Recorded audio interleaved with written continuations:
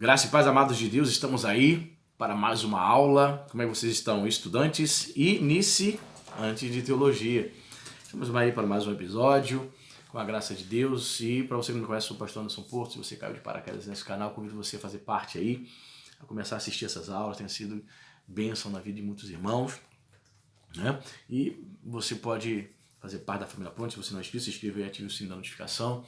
Você que é inscrito no nosso canal, compartilhe nos grupinhos, você sabe, eu sempre peço a você para nos ajudar, dê o like, não deixe para o final, senão você esquece. Comente aí, né, perdão, você pode comentar aí, para ajudar a engajar o canal. O logaritmo do YouTube entende que quando você comenta esse vídeo é importante, ele começa então a compartilhar com mais outras pessoas, perfeito? E você pode se tornar um apoiador, você que tem sido abençoado por conta desse canal, a partir de R$5, né, mensalmente. Você pode, aqui abaixo no link da descrição, no link do Apoia-se, se tornar um apoiador do nosso canal, abençoar esse ministério, amém?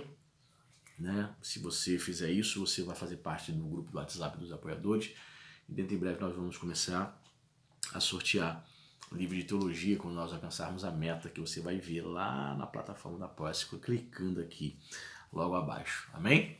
Muito bem. Estamos falando aí sobre o Espírito Santo e hoje quero falar também sobre, da continuidade. Eu parei na página 286 no nosso livro Maya Pilmer. Vamos falar também mais alguns títulos, né? Alguns títulos dados, alguns nomes dados ao Espírito Santo. Mas vamos lá. Se a atuação, ele vai dizer o seguinte: se a atuação do Espírito é comunicar a obra do Filho, que vantagem haveria na partida de um para tornar possível a vinda do outro? Resposta: não é o Cristo terreno que o Espírito comunica, mas o Cristo celestial.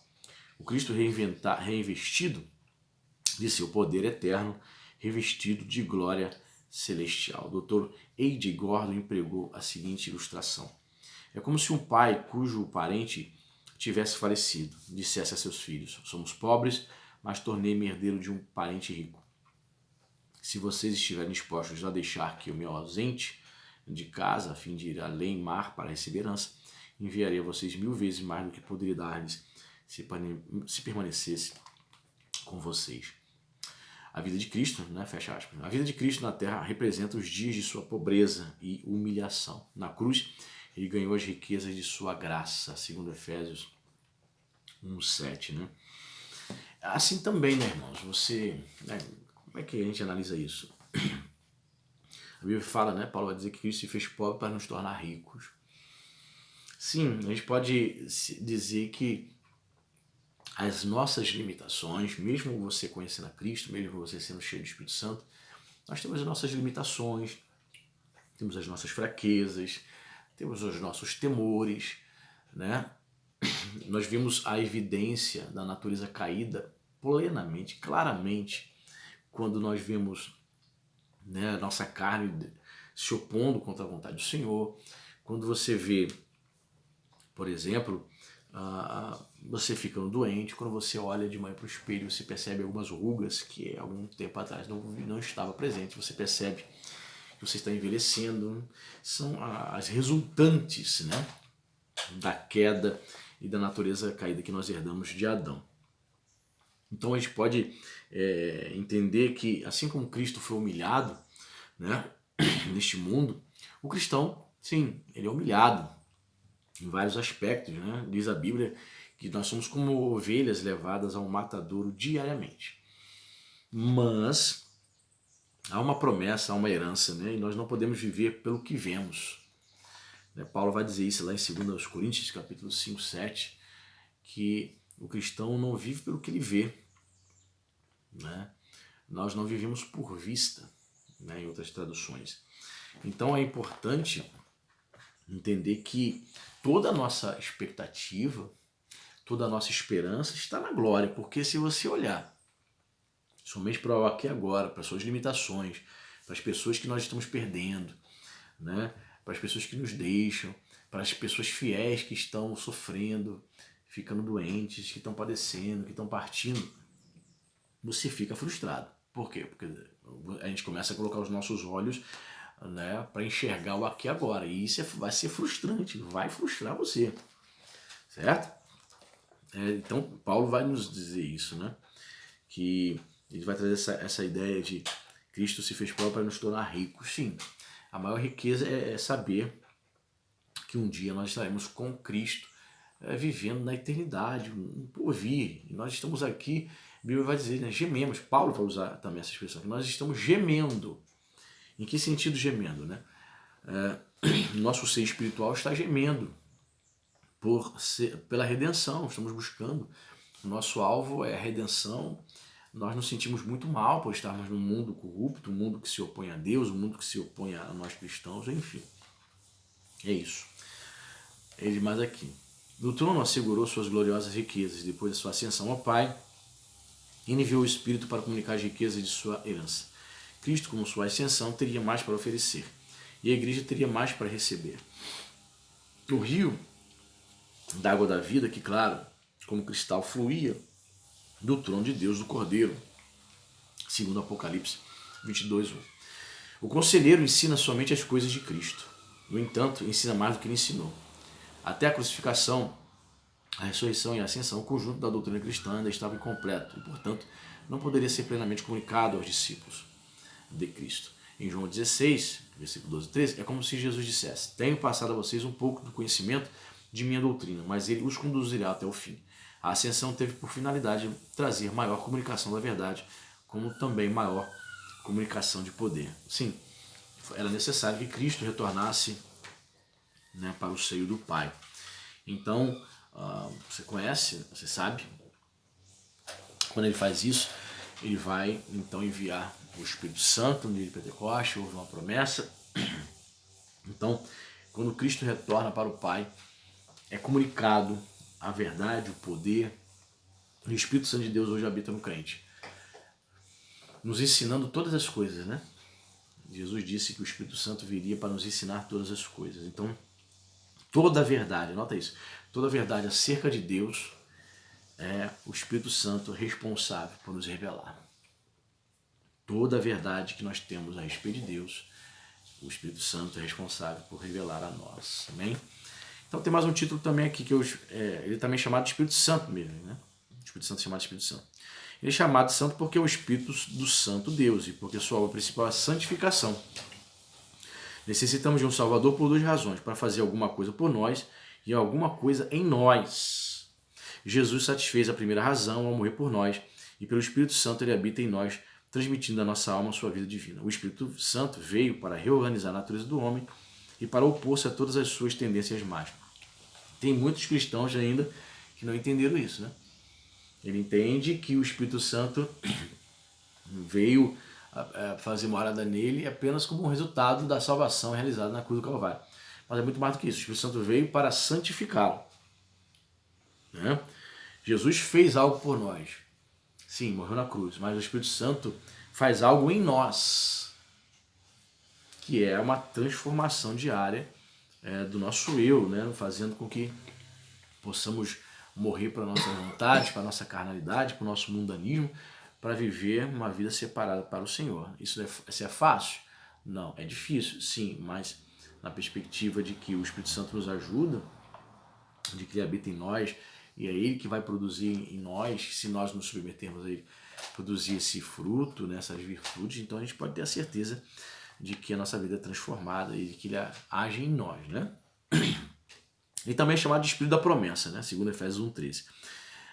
Maia Pelmo diz o seguinte: o Espírito Santo é chamado dessa forma porque sua graça e seu poder são algumas das bênçãos principais prometidas no Antigo Testamento, segundo Ezequiel 36:27 e Joel 2:28. A prerrogativa mais elevada de Cristo, ou do Messias, era de conceder o Espírito. E essa prerrogativa Jesus reafirmou quando lhe disse: eu lhes envio a promessa de meu Pai. Tremendo, né? Lucas 24:49, Jesus vai dizer: ficai em Jerusalém até que do alto sejais revestidos de poder. Então ele é chamado de Espírito da Promessa. Foi prometido tanto nas Sagradas Escrituras no Antigo Testamento, na Velha Aliança, quanto já na Nova Aliança, Jesus discursando para os seus discípulos, dizendo que eles receberiam o Espírito Santo. Então o Espírito Santo é o Espírito da Promessa, porque foi prometido pelo próprio Deus, não? O Espírito da Verdade, olha que interessante. O Espírito Santo é chamado de Espírito da Verdade. João 14:17.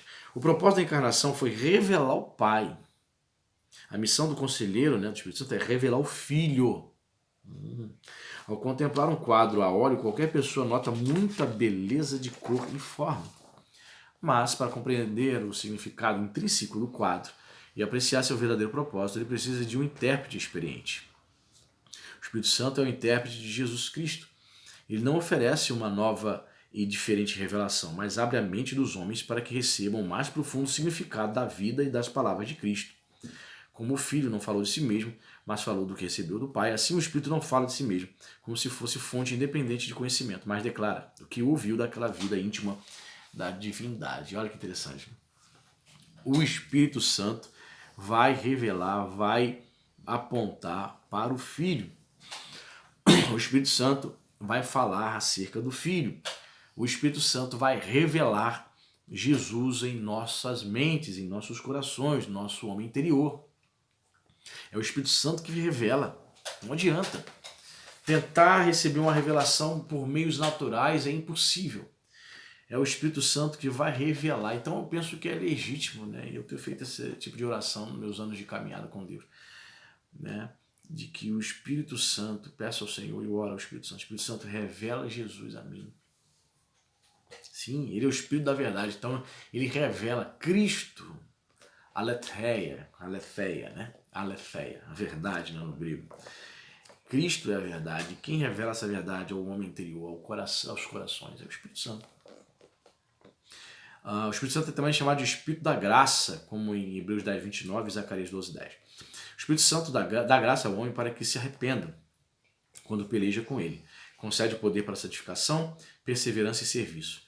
Aquele que trata com desdém o Espírito da Graça afasta o único que pode tocar ou comover o coração e assim separa a si mesmo da misericórdia de Deus. Né? Nós sabemos que quem faz a obra de confrontamento, né, de convencimento do pecado, da justiça e do juízo no coração do homem, quem é? É o Espírito. Né? Então o Espírito Santo ele dá graça, ele concede favor quando o homem não merece esse favor da parte de Deus. A graça para que possamos compreender os caminhos do Senhor. Ok? O Espírito Santo também é chamado de Espírito da vida, segundo Romanos 8:12. Um credo antigo dizia: creio no Espírito Santo, o Senhor e doador da vida. O Espírito é aquela pessoa da divindade cujo ofício especial é a criação e a preservação da vida natural e espiritual. Pois é, uma pessoa que não tem o Espírito Santo, ela está morta. Se uma pessoa não tem o Espírito Santo habitando nela, ela está morta ainda espiritualmente, caso ela não tenha se convertido. E se ela um dia se converteu e se apostatou da fé, se afastou dos caminhos do Senhor, ou seja, ela não é mais morada do Espírito Santo, ela voltou a estar morta espiritualmente. Por isso que o Espírito Santo é chamado Espírito da vida, porque ele habita no interior do crente, concedendo a vida. Né? O Espírito Santo habitando em nós, ele permite que o nosso espírito seja vivificado para que tenha comunhão com o Espírito Santo de Deus, com o Senhor. O Espírito Santo habitando em nós vivifica o nosso espírito, permitindo termos comunhão com Deus. Por isso ele é chamado de Espírito da vida. Ele também é chamado de Espírito da adoção, segundo Romanos 8,15. Quando a pessoa é salva, não somente lhe é dado o nome de filho de Deus, pois ela é adotada na família divina, mas também recebe dentro da sua alma o conhecimento de que participa da natureza divina. Assim escreve o bispo Andrews. Como Cristo é nossa testemunha no céu, também o Espírito aqui na terra testifica com o nosso Espírito que somos filhos de Deus. Ok? Espírito de adoção, né? Eu e você somos filhos de Deus, não no sentido como Jesus é o Filho de Deus, mas porque nós fomos adotados, né? Diz Paulo em Efésios, na família da fé. Somos filhos adotivos.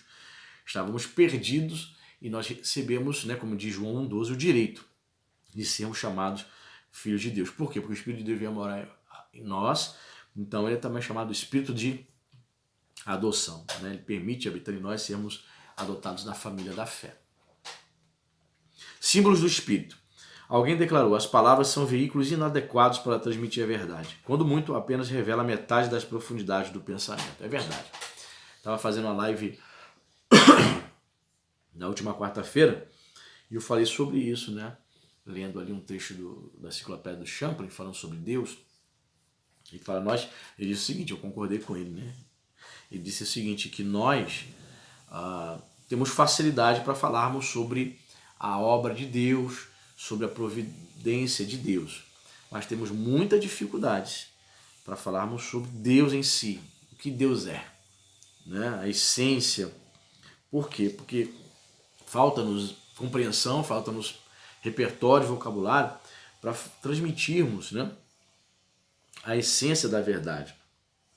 Então, é dizer que quando muito apenas revela metade das profundidades do pensamento, ou seja, o que lhe foi revelado é pouco. E com esse pouco a gente consegue falar alguma coisa, mas é pouco, né? E demais aqui, Deus achou por bem ilustrar com símbolos o que, de outra maneira, graças à pobreza da linguagem humana, nunca poderíamos saber. Os seguintes símbolos são empregados para descrever as operações do Espírito Santo. Fogo. Olha lá. O fogo ilustra a limpeza, a purificação, a intrepidez ardente e o zelo produzido pela unção do Espírito. O Espírito é comparado ao fogo porque o fogo aquece, ilumina, espalha-se e purifica, né? Ali vai citar Isaías 4:4, Mateus 3:11, Lucas 3:16, Jeremias 29. Então, muito mais o fogo tem essa ideia de ser purificador. Tá? Sim, ilumina e tal, mas a ideia bíblica é muito mais o Espírito Santo sendo comparado ao fogo, o símbolo do Espírito como fogo, por conta da purificação. E é essa obra que o Espírito Santo realiza na nossa vida, né? Quando ele inicia-se o processo de santificação em nós, ele vai nos purificar diariamente, né? Assim como a prata é derretida para tirar, né, a sujeira, né, que tem ali naquele metal, todo resquício de sujeira, ele precisa passar ali, ser derretido no fogo. Pois é, o Espírito tem esse poder de nos purificar. Outro título, também, outro símbolo, melhor dizendo, acerca do Espírito Santo é o vento, né? Você conhece, né? João 3:8, né? O vento sopra para onde quer, Jesus dizendo. O vento simboliza, segundo Meyer Pillman, a obra regeneradora do Espírito e indica sua misteriosa operação independente, penetrante, vivificante e purificadora. Eu gosto muito do símbolo do Espírito Santo como vento, porque eu me lembro que estava no ensino fundamental e acho que foi a única coisa que eu aprendi de ciências, né, na 4ª série. Assim eu decorei, a professora perguntava, o que é o vento, classe? Todo mundo, é o ar em movimento. Pois é, você não vê o vento, mas você vê a ação do vento. Pois é, você não vê o Espírito Santo, mas você vê a ação do Espírito Santo. Eis aí um título muito interessante. Tanto é que a palavra espírito, olha que interessante, no grego é pneuma. Pneuma. A palavra vento em grego, sopro, ar, também é pneuma. No hebraico é ruá. Interessante, né? Então, o vento simboliza a obra regeneradora e misteriosa do Espírito Santo. Você não vê o Espírito Santo agindo na pessoa. Ele age de forma misteriosa. O que você vai ver é a transformação logo em seguida, por meio de ações, de obras de arrependimento do indivíduo, né? Outro símbolo interessante é o Espírito Santo simbolizado pela água. Ele vai citar aqui Êxodo 17:6, Ezequiel 36:25, João 3:5, 7:38, né? O Espírito é fonte de água viva, mais pura e a melhor, porque ele é um verdadeiro rio de vida, inundando nossa alma para limpar a poeira do pecado. O poder do Espírito opera no reino espiritual, o que a água faz na ordem material. A água purifica, refresca, sacia a sede e torna frutífero o estéril. Ela purifica o que está sujo e restaura a limpeza. É um símbolo adequado da graça divina, que não apenas purifica a alma, mas também lhe acrescenta a beleza divina. A água é um elemento indispensável na vida física e o Espírito Santo é um elemento indispensável na vida espiritual. Qual é o significado da expressão água viva? É viva em contraste com águas fétidas de cisternas e brejos. A água que borbulha e flui sempre de sua fonte, evidenciando em todos os momentos vida. Se essa água for detida no reservatório, se seu fluxo for interrompido e separado de sua fonte, já não se pode dizer que é água viva. Os cristãos têm a água viva na proporção em que estiverem em contato com a fonte divina em Cristo. Também é outro símbolo fantástico, o Espírito Santo, né, simbolizado pela água, né? Jesus vai dizer naquele discurso lá em João 7, aquele que crê em mim, como diz as Escrituras, do seu interior fluirão rios de água viva. Precisa fluir, né? O Espírito Santo precisa fluir em nós. Por isso que é a analogia de águas que fluem, águas correntes. Não pode ser água parada. Né? Água parada dá dengue. Né? Se você deixar a água parada ali no tanque, lavou roupa, deixou aquela água parada, daqui a 2, 3 dias já está com um cheiro de água podre, está parado. Pois é, o Espírito de Deus precisa fluir em nós. E ele só vai fluir em nós se nós estivermos ligados à fonte a fonte doadora do Espírito, que é o próprio Cristo. Ok? Muito bem.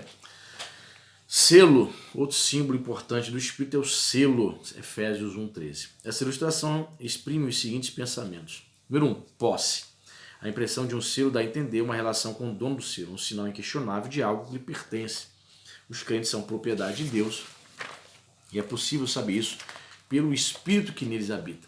No tempo de Paulo, o seguinte costume era comum em Éfeso.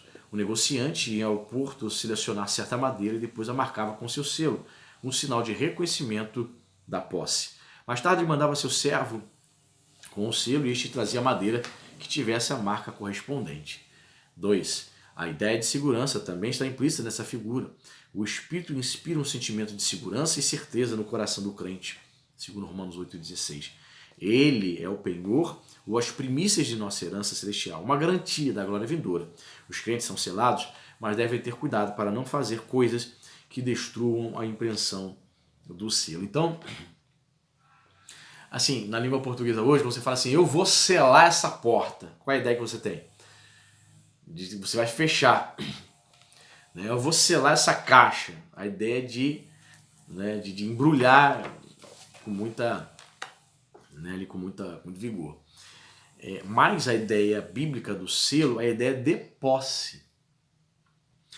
O Espírito Santo, olha que legal, o Espírito Santo que habita em mim e você é o penhor, é a garantia que nós somos posse de Deus, que nós pertencemos a Deus. Certo? E isso é muito legal. Efésios 4:30, Paulo vai dizer, não entristeçais o Espírito Santo de Deus, no qual estáis selados para o dia da redenção. Não entristeçam. Por quê? Porque vocês são posse do Senhor. Não entristeçam, não vivam a vida de modo que entristeça o Espírito Santo. Vocês são selados, vocês pertencem ao Senhor. Vocês estão reservados, vocês estão preservados, guardados, selados para o dia da redenção, o grande dia do arrebatamento, da nossa morte, da nossa passagem para a eternidade. Ok? Outro símbolo interessante é o azeite, né? O óleo. O azeite o óleo, né? Talvez o mais comum e mais conhecido símbolo do Espírito. Quando se usava o azeite no ritual do Antigo Testamento, falava-se de utilidade, frutificação, beleza, vida e transformação. Geralmente era usado como alimento para iluminação, lubrificação, cura e alívio da pele. Da mesma maneira, na ordem espiritual, o Espírito fortalece, ilumina, liberta, cura e alivia a alma. Isso é interessante, né? Porque o óleo era usado para ser aplicado em enfermos, né? Na enfermidade ali. Muitos, sem ser cristãos, muitos antigos, aplicavam o óleo como se fosse um remédio em cima da ferida ali e tal. Ou seja, o Espírito Santo trazendo cura espiritual para nós, né? Mas eu acho também muito interessante porque o óleo, o azeite, era usado muito diariamente como combustível das lâmpadas. Era o combustível. Se hoje usa-se o querosene, o óleo era o combustível para as lâmpadas naquele tempo. Então a gente vê aí o Espírito Santo como símbolo de ser o combustível, né, que nos faz firmes, que nos faz estar na presença de Deus. É o combustível que nos mantém ligados à videira verdadeira, que é Cristo. E por fim, terminando a aula de hoje, o símbolo da pomba, né? A pomba como símbolo significa brandura, doçura, amabilidade, inocência, suavidade, paz, pureza, paciência. Para os filhos, ela, né, é o emblema dos poderes vivificantes da natureza.